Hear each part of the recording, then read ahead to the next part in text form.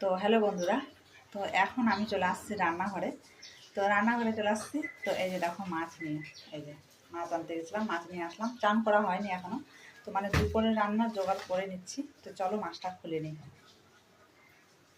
এই যে দেখো মাছ, তো আমি মাছটা এখন খুলে নিচ্ছি। এই যে দেখো ডিমওয়ালা মাছ নিয়ে আসলাম, তো সেটাকে এখন আমি বড়া বানাবো, এটাকে আর মাছের ঝোল করব। তো চলো দেখতে থাকো, আমি ধুয়ে নিই। তো এই যে দেখো আমি জল দিয়ে এটা মাছ ধোয়া হয়ে গেছে। এখন দেখতে পাচ্ছ মাছ, এই যে ডিম, এই যে মাছ ধোয়া হয়ে গেছে। তো এখন আমি কি করব, চান করে নেব। তো চলো আমি চান করে পূজা দিয়ে তারপরে তোমাদের সাথে দেখা হবে। চলো চান করে পূজা। তো চলে আসলাম চান টান করে পূজা টুজা দিয়ে। তো আমি একবারে রান্নাঘরে চলে আসলাম, দেখতে পাচ্ছ রান্নাঘরে। তো আমি এখন করব ভাত, তারপরে মাছটা ভাজা তুলে দেবো। আর একটু লেট হয়ে গেল এই কারণে যে আজকে দেরি হয়ে গেল টান টান করতে, পূজা হচ্ছে, বৃষ্টি হচ্ছে না তার জন্য। তো চলো আমি প্রথমে ধরাই দিই গ্যাস। আজকে আমার রান্না ধরা কেউ নাই। তো চলো আমি গ্যাস জ্বালাই, তারপরে মাছটা ভাজি, তারপরে বাটনা টাটনা করে তো তোমাদের সামনে আসছি আমি।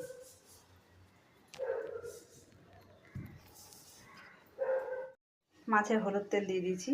আর এই যে দেখতে পাচ্ছ আমি ডিমগুলো লবণ, হলুদ আর লঙ্কার গুঁড়া দিয়ে দিয়েছি। আর এখানে সব রেডি করে নিয়েছি। আর এই যে বাটনা করে নিয়েছি। এখন আমি মাছগুলো ভাজবো এর মধ্যে। তো চলো দেখতে থাকো। এই যে ছাড়িয়ে দিয়েছি,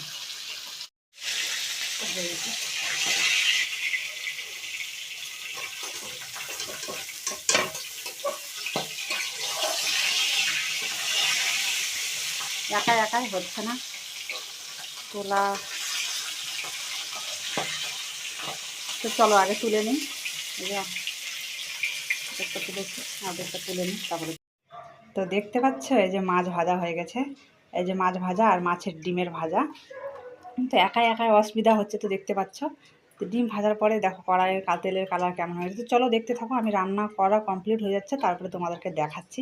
একাই খুব অসুবিধা হচ্ছে, তো চলো দেখতে থাকো, ভিডিওটা স্কিপ করো। তো তোমার বললাম যে ক্যামেরা ধরা খুব অসুবিধা হচ্ছে, তো তার জন্য আমি দেখতে পাচ্ছ এই যে মাছের ঝোল করতেছি। এত সুন্দর সেন্ট আসছে না, বলার মতো না। এই যে দেখতেই পাচ্ছ, এই যে দেখো আমি মশলাটা কষাই নিচ্ছি, তারপরে মাছের ঝোলটা করবো।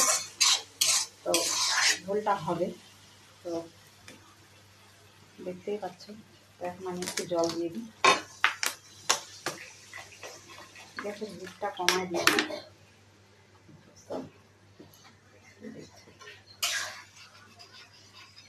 সব হয়ে গেছে, কষানো সব কমপ্লিট।